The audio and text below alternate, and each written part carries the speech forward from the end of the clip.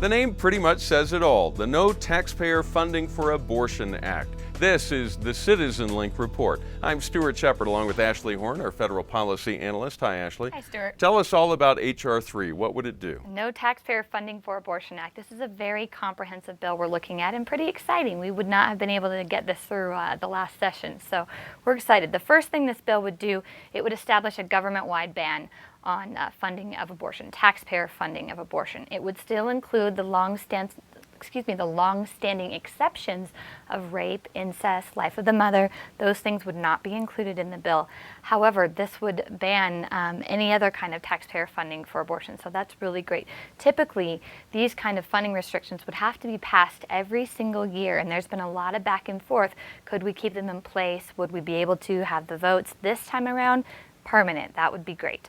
The second thing, these restrictions would also mean that those subsidies that we were worried about under the health care law would not be able to include abortion. That's another huge thing that we fought for under the health care law. The third thing, it would make sure that health care professionals have a right to say no, to justify their conscience, really, in not wanting to perform abortions or participate in abortion procedures. And as we've seen in the past, sometimes they haven't been allowed to do that, or they've been heavily encouraged to participate in procedures that violate their conscience.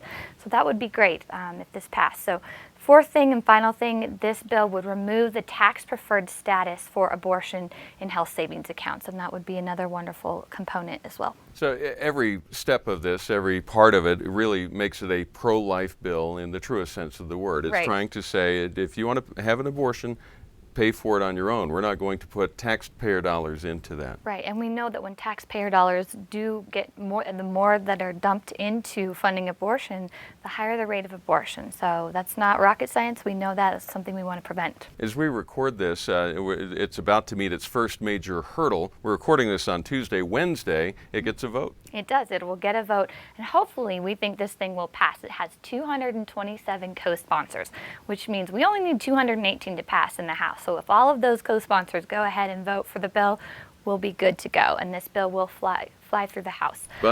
But it will meet kind of a wall in the Senate. We don't have enough pro-life lawmakers in the Senate to make this thing happen. So we might be thinking, well, then why even try? Now, when you say make it happen, you mean it wouldn't even come up for a vote, or it might get to a vote and fail? Well, we are likely to get a vote if we can get it.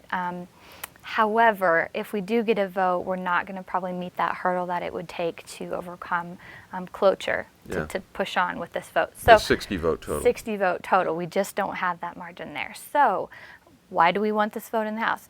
We would love to get these senators on record so that we can know exactly where they stand on abortion coverage, abortion funding by the government.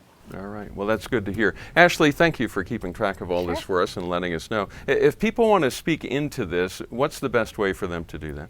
Well, if they have time, today is a great time when they see this video to really call your House lawmakers, ask them to vote yes, and if it's past the House vote, that's fine too. You can start contacting your senators because that's where we expect to see this vote next. All right. Well, thank you, Ashley, and thank you for watching. You may always write to us at mail@citizenlink.com. I do want to remind you the National Day of Prayer is this Thursday, May 5th, and we just encourage you to pray for our lawmakers, pray for all of our leaders, not just those in that branch of government, but for those on the Supreme Court and the other courts around the country, in the administrative branch and also in the legislative branch.